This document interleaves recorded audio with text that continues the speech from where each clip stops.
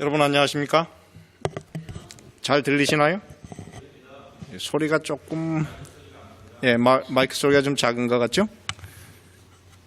박경원 집사님이 지금 당황하고 계십니다. 왜 안 들리나? 이렇게 오늘 저녁에 또 이 자리에 참여하신 여러분들을 환영합니다. 그리고 특별히 지난 4년간 금요일 저녁에 거의 빠지지 않고 참여해 주신 여러분께 감사를 드립니다. 이 시간에 사실 이 사람이 좀 적으면 제가 설교할 때 내가 지난주에 뭘 잘못했나 이렇게 회개하면서 설교를 했고, 좀 많으실 때는 제가 이렇게 용기가 있어가지고 정말 열심히 했던 그런 시간들이었습니다. 여러분들께서 많이 사랑해 주시고 격려해 주셔서 제게는 아주 이 시간들이 제가 많이 이렇게 배우고 발전하는 시간이었습니다. 여러분께 감사를 드립니다. 오늘은 이제 사도행전 28장, 우리가 그동안 공부해왔던 사도행전의 그 마지막 장이 되겠습니다. 저는 사실 구약 성경은 이렇게 공부를 하다 보면은 이렇게 좀 지루한 것들이 많습니다. 지루한 얘기가 쭉 되다가 중요한 이렇게 감동을 주는 한 구절이 이렇게 딱 나와가지고 감동을 받았는데, 신약은 사실 거의 모든 장이 아주 뜨거운 그 말씀으로 돼 있어요. 근데 그 중에서도 조금 그 내용이 좀 지루할 수 있는 그런 내용이 사실은 이 사도행전입니다. 사도행전의 역사인데, 사도행전의 역사가 거의 비슷한 얘기가 처음부터 끝까지 계속 반복이 되기 때문에 읽다 보면 나중에 좀 지루함이 밀려와요. 그런데 이번에 사도행전을 이렇게 자세히 보면서 저는 사도행전이 이렇게 대단히 좋은 책이구나. 굉장히 저는 감동을 많이 받았습니다. 근데 제가 잘 전달을 못해서 여러분들은 별로 감동을 못 받았는지 모르지만 저는 너무너무 좋은 시간이었고, 특별히 이 가운데 나오는 정말 명문장들, 대단한 아주 대가의 글들을 이렇게 보면서 정말 사람의 글이 이렇게 힘이 있을 수 있구나, 그런 것을 많이 봤습니다. 그리고 특별히 제가 존경하는 사도 바울의 발자취를 쭉 따라가면서 살펴볼 수 있어서 너무 행복하고 좋은 시간이었습니다. 그래서 사도 바울의 선생님이 조금 더 가까이 느껴지는 그런 시간들이었습니다. 여러분들에게는 어땠는지 모르겠습니다. 드디어 이제 사도행전 28장에 왔습니다. 이 사도행전 28장은 바울이 로마에서 어떻게 활동을 했는가. 감옥에 갇혀 있었지만은 갇혀있던 바울이 가만히 있지 않았어요. 바울이 갇혀 있었지만 그 속에서 굉장한 일들이 일어났습니다. 그래서 오늘은 바울이 로마에서 어떤 일을 했는가, 이런 것을 가지고 우리가 함께 은혜를 나누도록 하겠습니다.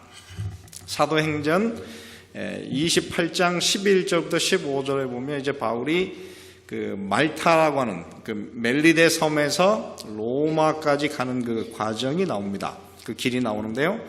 석 달 후에, 이 멜리데 섬에서 석 달 동안 그 섬에서 과동한, 다시 말해 겨울을 난 알렉산드리아 배를 타고 우리가 타고 떠나니 그 배 기호 이름이 디오스구로라. 이 디오스구로라고 하는 것은 제우스의 쌍둥이 형제, 제우스가 낳은 그 두 아들이 있는데, 쌍둥이 아들이 있는데, 이들은 다 항해하는 배를 보호하는 그런 신이라 그래요.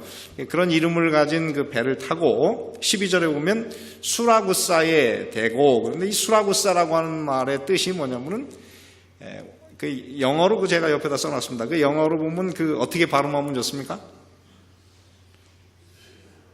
시라큐스. 미국의 대학 중에 시라큐스라는 대학이 있죠. 그 대학 이름이 바로 여기 시칠리 섬에 있는 항구 도시 수라구사라고 하는 말하고 똑같은 말이에요. 제가 이번에 공부하면서 그런 거구나 이렇게 배웠어요. 그래서 시라큐스에 대고 사흘을 있다가 거기서 둘러가서 레기온에 이르러, 이 레기온은 로마 본토에 있는 제일 남쪽에 있는 항구 도시입니다. 레기온에 이르러 하루를 지난 후 남풍이 일어나므로 이튿날 보디올에 이르러, 이 보디올이라고 하는 것은 이제 로마 본토의 한 중간쯤에 있는 항구 도시인데, 여기에서 로마까지 거리가 약 한 140마일 정도 된다 그래요. 거기서 형제를 만나. 이 형제가 누굴까요? 바울의 친형제입니까? 예수님을 믿는 그리스도인 형제였어요. 그래서 그리스도인 형제인데 한 번도 본 적이 없는 이 보디올이라고 하는 섬에 이제 그 항구에 딱 내렸는데 이 사람이 바울을 알았어요. 그래가지고 그 형제를 만나서 저희의 청함을 받아 얼마를 1회를 함께 유하다가 로마로 가니라. 거기 형제들이 우리 소식을 듣고 앞비오 저자, 이 저자라고 하는 것은 이제 그 큰 시장입니다. 그래서 시장인데 거기에서 로마까지는 약 한 40마일, 그래서 로마로 가니라. 그래서 앞비오 저자와 삼관이라고 하는 것은 세계의 여관이라는 뜻입니다. 그래서 여관까지 맞으러 오니 바울이 저희를 보고 하나님께 살해하고 어떻습니까? 담대한 마음을 얻으니라, 이런 글이 있습니다. 그래서 이 글을 보면은 바울은 사실 로마에 지금 처음 가는 것인데 바울이 로마에 있는 그리스도인들에게 굉장한 환영과 사랑을 받았어요. 그래서 처음 만난 그 이름이 기록되지 않은 어떤 사람이 바울을 일주일 동안 그 집에서 같이 시간을 보내는 그런 시간을 가졌고, 거기서 떠나서 이제 그 로마까지 걸어갔을 때 이미 로마에 있던 그리스도인들이 바울의 이야기를 듣고 40마일 밖에 있는 데까지 바울을 마중 나왔어요. 바울이 이걸 보고 마음속에 하나님께 큰 감사를 하면서 담대한 마음을 얻었다는데 어떻게 이런 일이 일어났을까 한번 생각을 해볼 필요가 있습니다. 오늘 우리가 가지고 있는 이 교회, 교회가 참 그래도 참 좋습니다. 그죠? 아마 제가 이 교회가 없다 그러면 올랜도에서 여러분들의 사랑을 받을 수도 없었고 이렇게 좋은 시간을 보낼 수가 없었을 거예요. 그죠? 근데 똑같은 교회지만은 이 로마에 있는 이 교회는 오늘 우리보다 조금 더 따뜻한 것 같아요. 처음 만나는 바울을 마중해서 40마일을 걸어올 수 있다니 이게 어떻게 그런 일이 가능할까? 이제 한번 이것을 생각해 보겠습니다. 자, 여기서 보면 이제 바울이 그 여행한 경로를 이제 우리가 봤습니다. 바울이 이제 이렇게 여행을 했어요. 자, 근데 어떻게 그리스도인이 바울을 크게 환영한 이유가, 로마의 그리스도인들이 그 환영한 이유가 무엇인가? 사도행적을 보니까 이렇게 썼습니다. 이곳에 몇몇 그리스도인들이 있어 그들이 바울에게 이래를 저희와 함께 유할 것을 간청하였고 백부장은 친절하게 특전을 주었다. 그 다음에 있는 말씀이 참 중요해요. 로마인들에게 보내는 무엇을? 바울의 편지를 받은 후 이탈리아의 그리스도인들은 사도의 방문을 어떻게 했습니까? 열렬히 고대하였다. 그러니까 이 로마에 있는 그리스도인들이 바울을 이렇게 환영하게 된 이유가 무엇입니까? 이들이 로마서를 받고 로마서를 읽었어요. 여러분, 이 로마서를 읽을 때 여러분, 제가 한 2년간 여러분에게 안식일 날 로마서를 설교했습니다만 여러분 마음에 막 가슴이 터질 것 같은 그런 감동을 좀 받으셨습니까?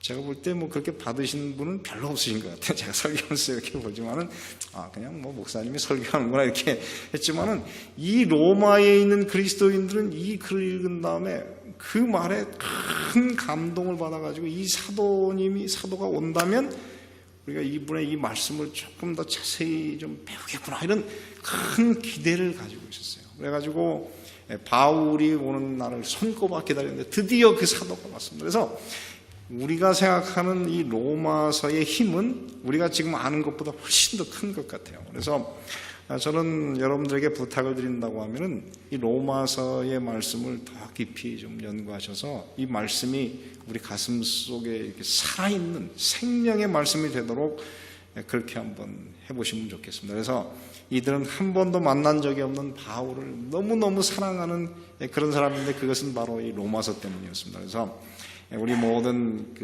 이 올랜도 중앙교회 성도들은 정말 이 복음을 사랑하는, 복음을 사랑하기 때문에 복음을 전하는 목사를 좋아하는 그런 교회가 됐으면 참 좋겠습니다. 자, 그래서 바울이 그렇게 이제 큰 희망을 얻었습니다. 그리고 그곳에 보면은 바울이 그 여행하는 중에 성경에는 기록되어 있지 않지만은 엘렌 화이트 여사의 글 가운데 기록된 내용이 아주 참 감동적인 얘기가 있습니다. 그것은 뭐냐면은 바울이 이제 죄수로서 로마를 향해서 이렇게 다 묶여가지고 걸어가는데 길 중간중간에 머리가 허연 머리를 가진 바울이 지나갈 때마다 바울을 알아보는 사람도 있었어요. 근데 그 사람들이 누구냐면은 바울이 아시아에서나 다른 도시에서 복음을 전할 때 그 복음을 듣고 그들의 삶이 변화된 많은 그리스도인들이 바울을 알아보고 중간중간에 바울을 목을 안고 눈물을 흘리면서 바울을 환영하는 얘기가 기록되어 있습니다. 그래서 바울이 중간중간에 그런 것을 보면서 마음속에 용기를 갖게 됩니다.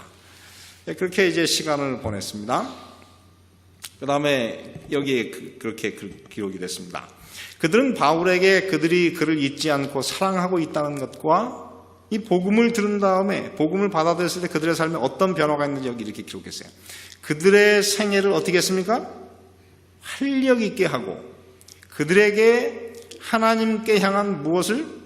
평화를 준 기쁨에 충만한 소망을 인하여 바울에게 빚지고 있다는 사실을 분명하게 말하였다.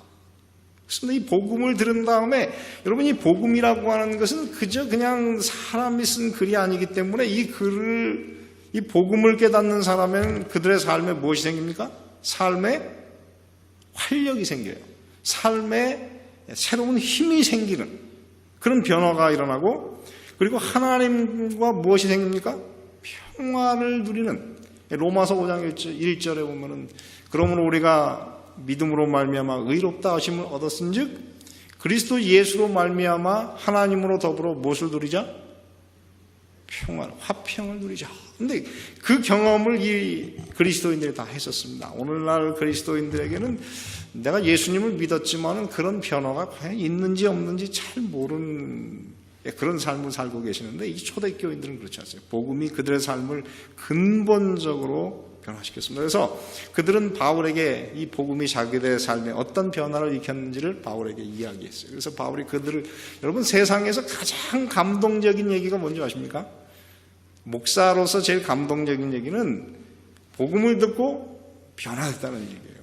제가 이번 주에 그 서미자 씨를 만났는데 서미자 씨 저는 저분이 과연 복음을 듣고 변화될까? 저는 솔직히 좀 이렇게 잘 안 믿어졌어요. 솔직히 좀 의심스러운데 그분이 뭐라고 했냐면 복음을 듣고 자기는 변화가 됐다. 그리고 그 복음을 듣고 믿었을 때에 그렇게 자기를 괴롭혔던 그 병들이 다 나았다.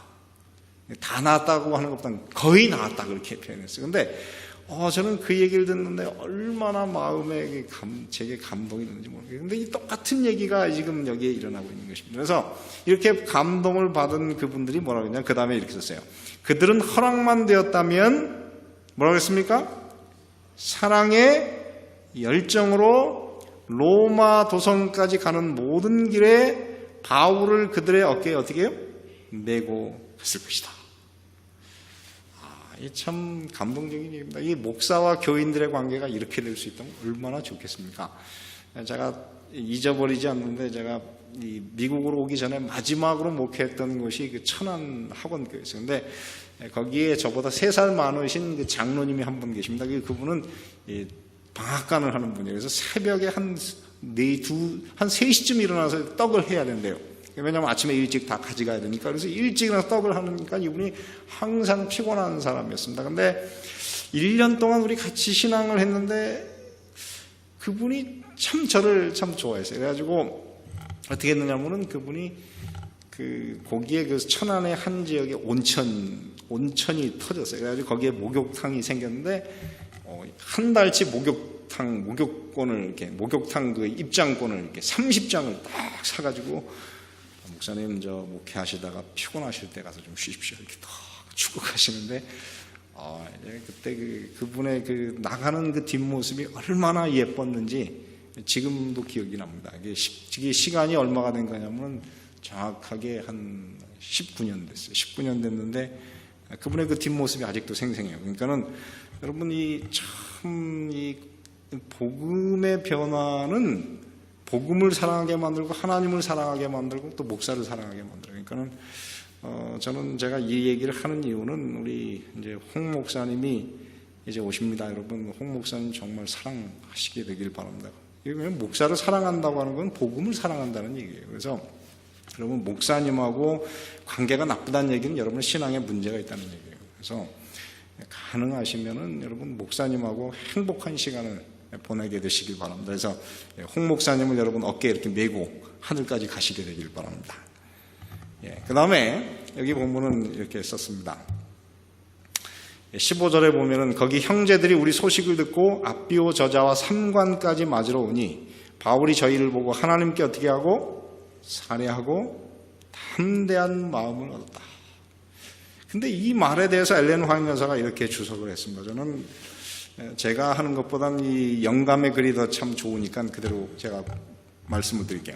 바울이 그의 형제들을 보고 하나님께 살해하고 담대한 마음을 얻었다고 누가가 말한 이 말의 의미를 깨닫는 사람들은 어떻게 해요? 거의 없다. 이 말의 의미를 잘 모른다 그랬어요. 근데 왜 그러냐면은 그의 속박을 부끄럽게 여기지 아니하고 울며 동정하는 신자들의 무리 가운데에서 사도는 소리를 높여 하나님을 찬양하였다. 그 다음에 있는 말씀이 참 중요해요. 그의 마음에 도사리고 있던 무엇이? 슬픔의 구름이 어떻게 했습니까? 사라졌다. 그러니까 바울이 로마를 가는 과정에 그의 마음을 지배했던 것이 무엇이었습니까? 슬픔, 두려움, 이런 것을 가지고 있었어요. 왜냐하면 평생 주를 위해 섬기고 있는데 그렇게도 그가 꿈꾸고 가서 전하고 싶었던 로마를 가는데 어떻게 갑니까? 이게 묶여서 이게 자유를 가서 과연 무엇을 할 수 있을까? 마음속에 그 의심과 슬픔으로 가득 차 있는데 중간중간에 만난 그 격려하는 신자들의 그 이야기는 바울의 마음속에 무엇을? 그 슬픔의 구름을 다 어떻게 해요? 걷어버리게 만들었다. 그렇게 기록하고 있습니다. 그 다음에 보면 이렇게 써요. 그의 그리스도인 생애는 시련과 고통과 실망의 연속이었으나 그 시간에 그는 뭐라 했습니까? 풍부한 보상을 받았다는 느낌을 얻었다. 그는 확고한 발걸음과 즐거운 마음으로 그의 가는 길을 계속하였다. 그는 과거에 대하여 어떻게 해요? 불평하지도 미래에 대해서 어떻게 했습니까? 두려워하지도 아니하였다. 바울의 삶을 이렇게 결정적으로 바꿔놓은 것이 바로 그 신자들의 그 격려였습니다. 속박과 고통이 기다리고 있다는 것도 그는 알고 있었다. 그러나 그는 또한 더욱 무서운 영원한 속박에서 영혼들을 구원할 수 있기 위하여 이것이 그의 것이 되었다는 것을 알고 그리스도를 위한 그의 고통을 기뻐했다. 여러분, 목사의 삶은 사실 고통스러운 삶입니다. 솔직히 말하면 고통스러운 삶이에요. 왜냐하면 여러분 그렇지 않습니까? 이게 다른 사람들은 뭐 이렇게 시장에 가서 물건을 사도 이렇게 돈을 주면 어떻게 해요? 뭐 받은 게 있는데 목사에게서 여러분들은 11조를 여러분의 수입의 10분의 1을 갖다 탁 내는데 뭘 받고 가십니까? 별로 받고 가는 게 없어요. 그렇기 때문에 목사도 미안해. 이렇게 좀 감동을 주면 좋은데 어떤 때는 하나도 감동을 못 줬다고 하는 생각 때문에 이 죄책감이 많아요. 그래서 목사의 삶이 참 힘든 삶인데 여러분, 그런데 이 삶이 정말 이 기쁨의 삶이 될 수 있는 것은 이 복음을 통해서 변화되는 사람이 있다는 것 때문에 좋은 것입니다. 그래서 여러분, 이 복음을 통해서 이렇게 변화되는 경험, 그리고 변화되었을 때 이렇게 나가실 때, 저는 괜찮습니다. 저는 뭐 이제 다 내일이면 끝이니까. 근데 홍 목사님 설교를 들으시고 이렇게 감동받아서 되게 뜨겁게 이렇게 악수해 주시고 한번 그러면 홍 목사님이 그렇습니다. 이게 설교하고 나서 그날 설교하면 보통 이제 한 뭐 이틀 정도는 막 고민을 해야 되고 막 씨름을 하는데 그때 이 설교가 잘 끝나고 나서 교인들이 감동을 받고 나가는 모습을 보면 그 이틀 동안 고생하던 그 고생이 다 없어져 버려요.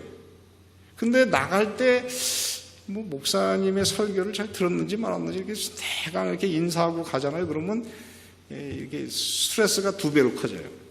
그래가지고 그 일요일은 너무너무 고생, 다음 주에는 절대 내가 헤매지 말아야지. 이렇게 결심을 새롭게 하고 너무 힘들거든요. 그러니까는 여러분, 나가실 때 이렇게 좀, 이렇게 정말 이 목사님을 이렇게 격려를 해주시면요. 목사님이 늙지 않습니다. 제가 올랜도 중앙교회 와가지고 이렇게 제가 머리를 지키려고 애를 많이 썼는데, 우리 집사람이나 우리 윤철환 장로님이 그런데 가운데 분화구가 커졌대요. 글쎄, 저도 애를 많이 썼습니다. 근데 하여튼, 그래요. 이렇게 다 스트레스가 있는 삶이니까는 여러분 서로 이렇게 격려해 주시는 그런 삶을 사셨으면 좋겠습니다. 자, 바울이 로마에서 어떻습니까? 이렇게 썼어요. 사도행전 28장 16절에 보면 우리가 로마에 들어가니 바울은 자기를 지키는 한 군사와 함께 어떻게 했습니까? 따로 있게 허락을 받았습니다. 이것에 좀 더 자세한 설명이 사도행전 28장 30절 31절인데 바울이 온 이태를 2해를 자기 셋집에 유하며 자기에게 오는 사람을 다 영접하고 담대히 하나님 나라를 전파하며 주 예수 그리스도께 관한 것을 가르치되 그 많은 사람이 없었다. 그러니까 바울은 로마에 들어갔을 때 묶여서 갔지만은 바울은 어떻게 했습니까? 굉장한 자유를 부여받았어요. 감옥에 있지 않고 셋집에서 그것도 그를 지키는 바디가드 군사와 함께 2해를 지키는데 그가 복음을 전하는데 자유를 얻었어요. 하나님께서는 아마도 바울이 로마에서 복음 전하는 가장 좋은 환경을 만드셨던 것 같습니다.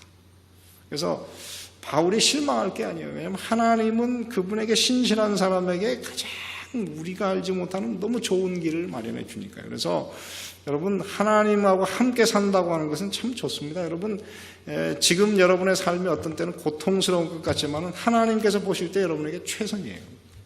여러분의 삶이 지금이 최선이라고 생각하시고 사시기 바랍니다. 왜냐하면 하나님은 여러분에게 제일 좋은 길이 뭔지를 알고 계시고 그 길을 항상 만들어 주시는 분이세요. 그래서 바울이 어떻습니까? 가서 아마 이 복음을 전하다가 어떤 사람이 돌에 맞아 죽었을지도 모르기 때문에 하나님께서 2년 동안 바울이 로마에서 안전하게 복음을 전하기 위해서 어떻게 셋집을 주시고 그리고 군사가 그를 잘 지키게 만들어 줬어요. 그래서 바울이 로마에서 복음 전하는데 아무런 장애를 만나지 않고 좋은 시간을 보냈습니다. 그래서 이곳에 보면은 바울이 제일 먼저 복음을 전하는 사람들이 누굽니까? 바울은 어디 가든지 누구에게 전했습니까? 유대인에게 복음을 전했는데 유대인 중에 어떤 사람을 정했습니까? 로마의 지도적인 유대인 인사들을 불렀는데 바울이 로마에 간 다음에 며칠 만에? 3일 만에 그들을 불렀어요. 왜 그러냐면은 바울은 복음을 전하는데 가장 큰 장애 요소가 뭐냐면은 선입관. 그래서 예루살렘에 있는 유대인들이 로마에다가 바울에 관해서 나쁜 이야기를 하기 전에 바울이 어떻게 했습니까? 이 복음에 대한 공정한 이 복음을 들을 수 있는 기회를 줘야만 했어요. 그래서 바울은 그가 그곳에 셋집을 정하자마자 바로 유대인 지도자들을 불러가지고 그들에게 복음을 전했습니다. 그래서 여기에 보면은 이 복음을 전했는데 그것이 그렇게 성공적인 것은 아니었습니다. 물론 여기에 보면 이게 굉장히 중요한 얘기이기 때문에 한참 얘기할 수 있습니다만 오늘 시간이 없기 때문에 이 얘기는 제가 빼겠습니다. 굉장히 많은 얘기지만은 빼겠어요. 여기 보면 뭐 너무 많습니다. 근데 다 빼고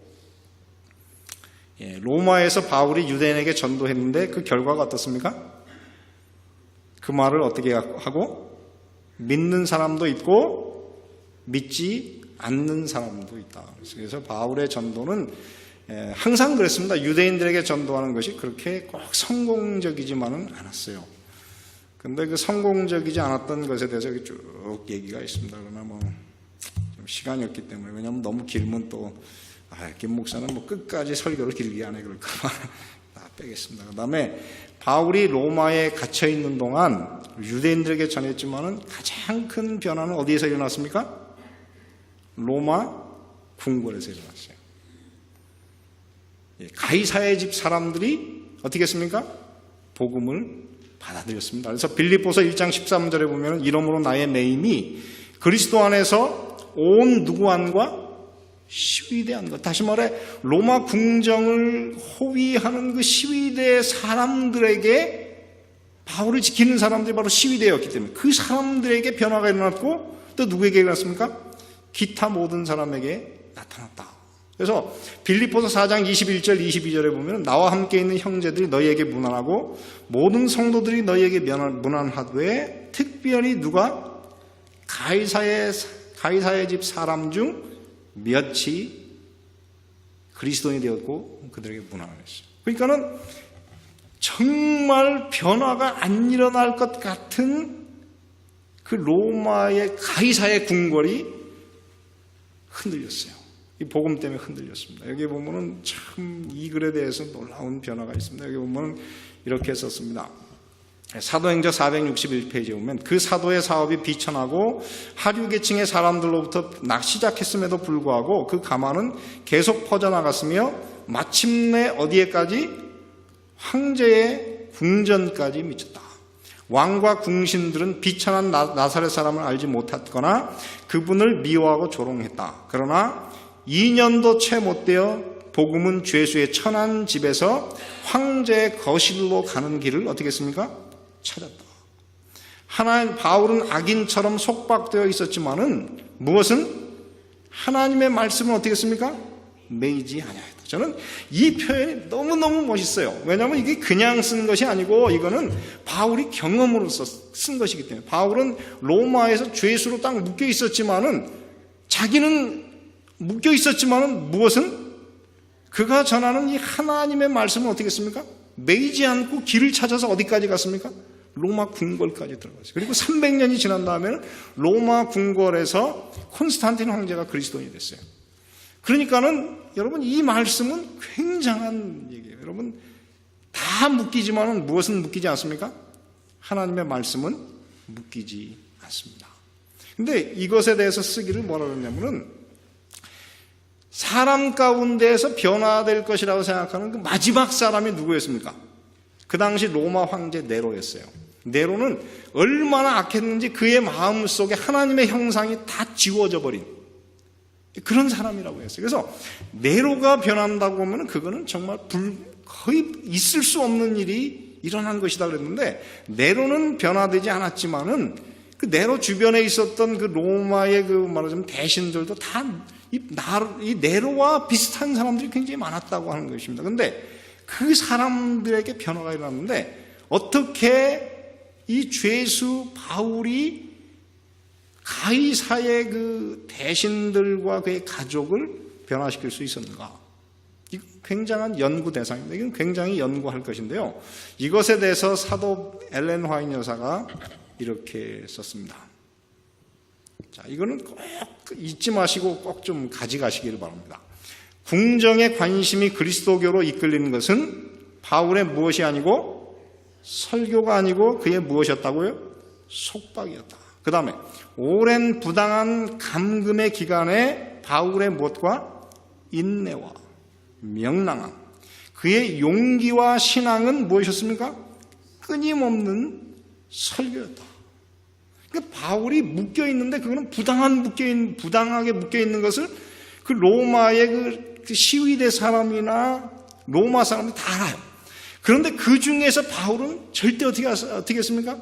불평하거나 낙마하거나 슬퍼하지 않고 그 로마에 머무는 2년 동안 어떻게 했습니까? 그는 인내와 사람들에게서 발견하지 못하는 무엇과 명랑함과 용기와 그 신앙을 가진 것이 사람들에게 어떻게 감동을 줬어요. 어떻게 사람이 저럴 수 있을까? 이런 생각을 사람들의 머릿속에 넣어줬다고 하는 것입니다. 그래서 그 다음에 있는 말씀 한번 보시기 바랍니다. 세상의 정신과 매우 다른 그의 정신은 세상의 능력보다 더 높은 능력이 그와 함께 하고 있다는 것을 어떻게 했습니까? 증거했다. 그 다음에 있는 말씀 같이 한번 읽겠습니다. 시작. 용기처럼 인내는 어떻게 한다? 승리한다. 여러분 이 말씀을 결코 잊지 마시기 바랍니다. 이 땅에서 오늘 슬픔과 어려움을 당하고 계시는 분들 그 일을 통해서 여러분이 예수님을 다른 사람에게 증거할 수 있습니다. 왜? 용기처럼 무엇은? 인내는 어떻게 합니까? 승리한다. 시련 중에서의 온유함은 사업에 있어서 담대함 못지않게 영혼들을 그리스도께로 인도할 수 있다. 그렇습니다. 여러분 오늘 혹시 이 복음을 듣고 복음을 믿고 살지만 여러분의 삶이 이해할 수 없는 어려움 중에 있는 분들에게는 그것이 오히려 복음을 증거할 수 있는 결정적인 기회가 될 수가 있습니다. 그러면서 엘렌 화이트가 그 다음에 이런 글을 썼습니다. 여러분 제가 이 글은 정말 여러분들에게 용기가 되기 위해서 제가 좀 따왔어요. 한번 보시기 바랍니다. 사별과 고통 중에서 어떻게 해요? 인내와 명랑함을 나타내고 죽음 그 자체까지도 평화와 침착과 흔들리지 않는 믿음으로 맞이하는 그리스도인들은 복음을 위한 오랜 생애의 충실한 수고로 성취할 수 있는 것보다 더 큰 일을 이룰 수 있다. 저는 이 글을 읽으면서 사실 한 분이 생각났어요. 여러분 뭐 다 아십니다. 근데 그분이 큰 슬픔을 당하시고 아내의 장례식을 치르고 난 그 일요일에 저는 정말 충격을 받았습니다. 그분이 매 한 달 동안 그 아내와 함께 그 가게들을 찾아서 시조와 가정과 건강을 늘 돌렸는데 그 안식일이 그것을 돌리는 그 주였어요. 그런데 아내가 없는데 혼자서 그걸 들고 나가시는 모습을 제가 봤어요. 저는 평생 제가 그 장면을 잊을 수가 없어요. 그분들이 다 압니다. 아내가 돌아가셨다고 하는 걸 아는데 그분이 그거를 들고 왔어요. 그거를 받는 분들의 마음속에 어떤 생각이 들었을까요? 그걸 받으면서 그들은 그랬어요. 신앙이란 무엇일까? 고민하게 만들었어요. 저는 그렇게 믿습니다. 그래서 여러분, 우리의 삶에서 그래요. 어려움을 당하고 이해할 수 없는 슬픔을 당하지만은 그 가운데서 흔들리지 않는 인내와 명랑함과 평화와 침착은 그리스도인이 세상에 증거할 수 있는 가장 큰 믿음의 증거입니다.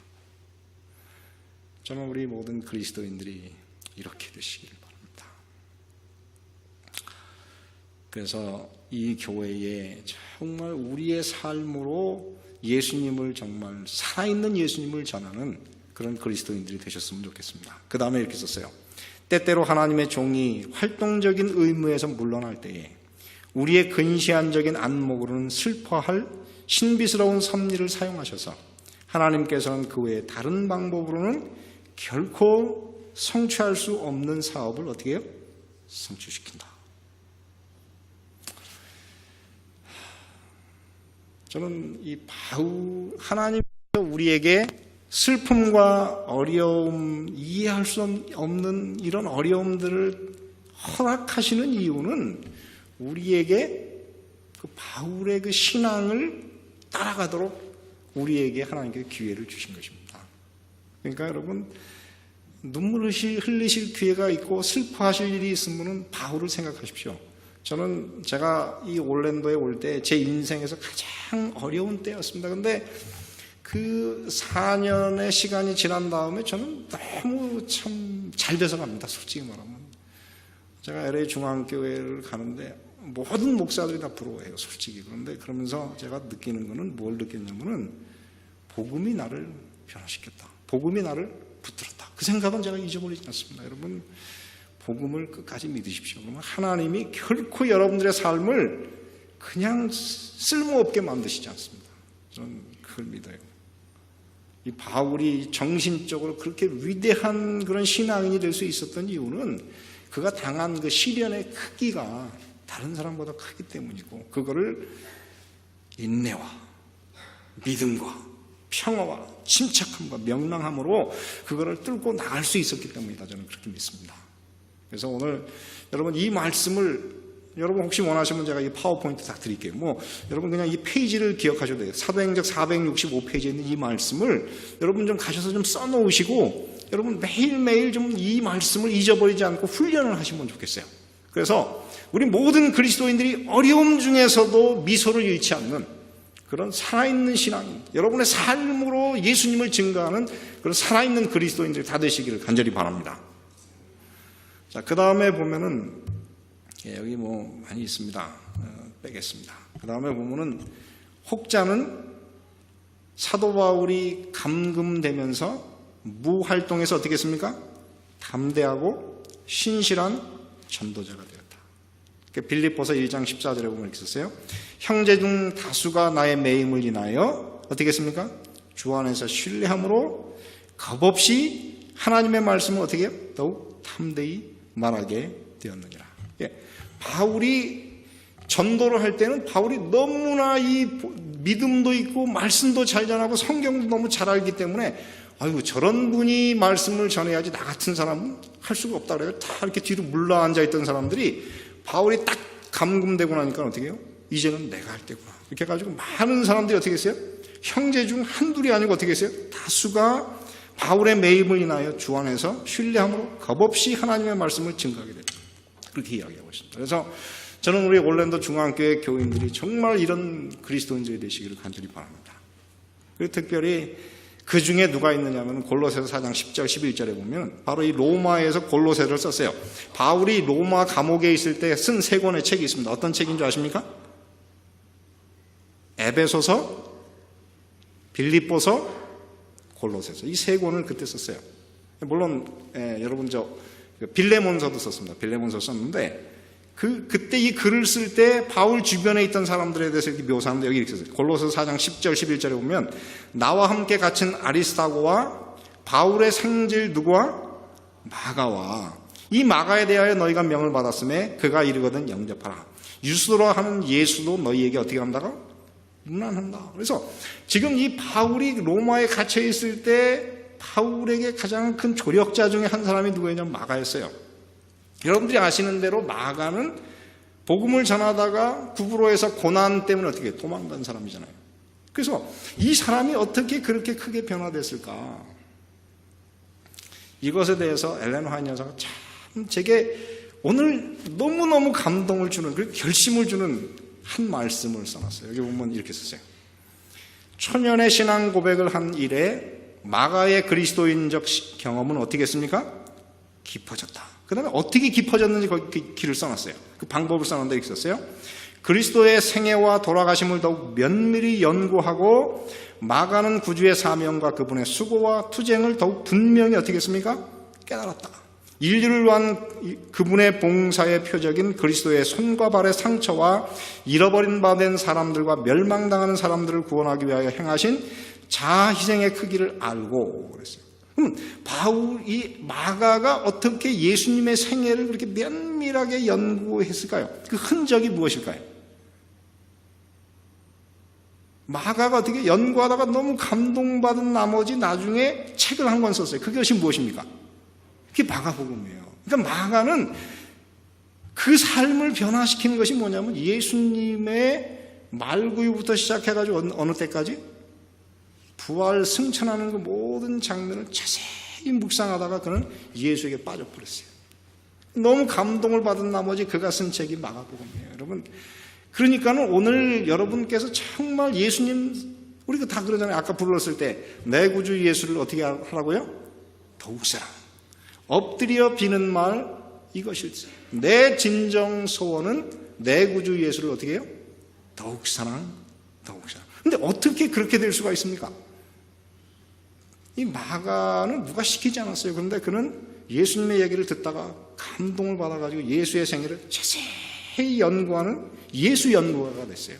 그런 다음에 그가 연구한 내용을 딱 글로 쓴 것이 마가복음이 됐습니다. 그래서 저는 오늘 이곳에 앉으신 여러분들이 정말 신앙의 뜨거운 그리스도인들이 되길 원하고 삶의 변화를 원하시면은 마가처럼 예수를 따르시고 예수님을 연구하시게 되기를 간절히 바랍니다. 제가 오늘 도전을 받았어요. 그래서 제가 이제 LA에 가면은 제가 예수의 생애를 더 깊이 자세히 공부를 해야 되겠다 이런 도전을 다시 받았어요. 저도 마가처럼 그리스도의 십자가를 지고 예수님의 그 발자취를 따라가는 사람이 되기를 원하기 때문입니다. 저는 성숙하기 원해요. 그래서 여러분 모두가 다 이 마가처럼 예수 전문가가 되시기를 간절히 바랍니다. 그 다음에 있는 말씀, 이제 죄수 바울의 운명에 동참한 그는 그리스도를 얻는 것이 무한한 이익이며 세상을 얻고 그의 구원을 위하여 그리스도께서 피 흘리신 영혼을 잃는 것은 영원한 손실이라는 것을 이전 어느 때보다 잘 깨닫게 되었다.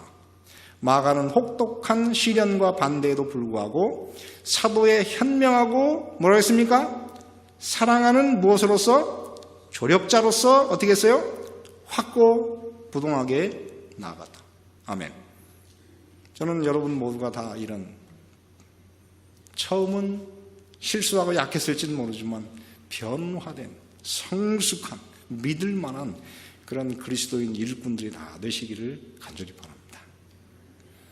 그게 바로 바울이 감옥에 있을 때 일어난 일이에요. 그러니까 여러분, 오늘 여러분도 희망이 있습니다. 여러분, 희망이 있어요.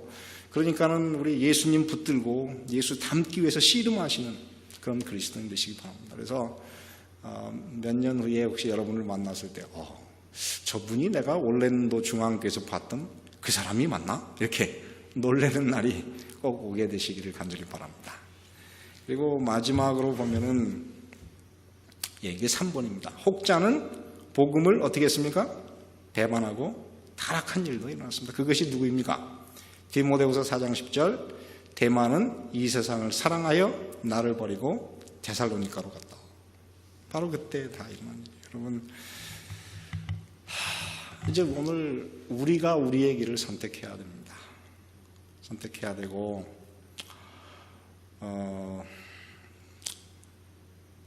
우리에게 이런 많은 모본을 주셨던 바울은 이제 우리에게 안 계시지만, 오늘 이 자리에 앉으신 여러분 한 사람 한 사람이 바울과 같은 그런 그리스도인이 되시기를 바랍니다. 그래서 사도행전 28장 30절, 31절에 있는 말씀을 같이 읽고 오늘 말씀을 마치겠습니다. 우리 다 같이 읽습니다. 시작. 바울이 온 이태를 자기 셋집에 유하며 자기에게 오는 사람을 다 영접하고 담대히 하나님 나라를 전파하며 주 예수 그리스도께 관한 것을 가르치되 그 많은 사람이 없었더라. 하나님의 복음은 어떻게 됩니까? 매이지 아니하느니라. 오늘 이 역사가 여러분의 삶과 이 교회에서 일어나게 되시기를 바라고 말씀을 마치겠습니다. 은혜로우신 아버지 하나님, 저희들이 바라보며 닮아갈 수 있는 베드로와 바울을 허락해 주시고 그들의 삶을 아름답게 기록한 사도행전의 말씀을 저희들에게 허락해 주시니 감사를 드립니다.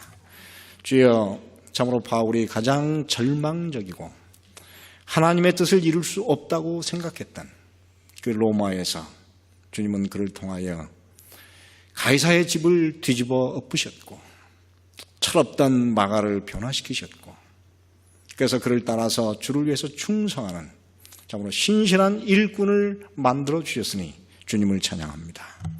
주여, 저희들도 마가처럼 부족하고 흠 많고 넘어지고 불평하고 참으로 여러 번 주님께서 맡겨주신 그 짐을 거절하고 저희들 멋대로 살았습니다. 주여, 용서하여 주시고 저희들도 이제 마가와 그 바울의 모본을 따라서 예수님을 묵상하고 예수의 발자취를 따라가는 그런 그리스도인이 될 수 있도록 은혜를 베풀어 주시옵소서. 바울의 매임이 참으로 가이사의 집을 뒤집어 엎은 능력으로 나타났던 것처럼 오늘 시련 가운데 참으로 슬퍼하며 고통당하는 당신의 자녀들이 믿음으로 예수 그리스도를 붙들 수 있도록 도와주시고 참으로 세상 사람들이 이해할 수 없는 인내와 평화와 명랑함을 오늘 우리의 삶에서 나타낼 수 있도록 은혜를 베풀어 주시옵소서. 복음을 알지 못하는 사람들이 오늘 우리의 그런 삶을 통해서 복음에 관심을 갖게 하시고 변화시켜 주시고 주님께로 이끄셔서 많은 사람을 구원하는 살아있는 하나님의 교회가 될 수 있도록 은혜를 베풀어 주시옵소서. 주님께서 이 올랜도에 주님의 등대 참으로 이 교회를 세워주셨사오니 주여, 오늘 풍파 가운데 고통당하는 세상 사람들에게 이 진리의 빛을 올바로 비추어 참으로 조난 가운데 있는 사람들이 그 빛을 보고 구원을 얻게 해 주시옵소서. 하나님께서 세우신 이 올랜도 중앙교회 등대가 주님 오시는 그날까지 참으로 그 등대의 역할을 잘 감당하는 살아있는 교회가 될 수 있도록 은혜를 베풀어 주시옵소서. 오늘 머리 숙인 당신의 자녀들 가운데 제2, 제3의 바울과 마가와 베드로와 같은 신실한 그리스도인이 일어나게 하셔서 그들의 이 사랑하는 교회를 붙들고 참으로 끝까지 이 교회와 함께하는 살아있는 신실한 주님의 자녀가 되게 하여 주시옵소서. 돌아가는 당신의 자녀들의 발걸음을 지키시고 인도해 주시기를 예수님의 이름으로 기도드리옵나이다.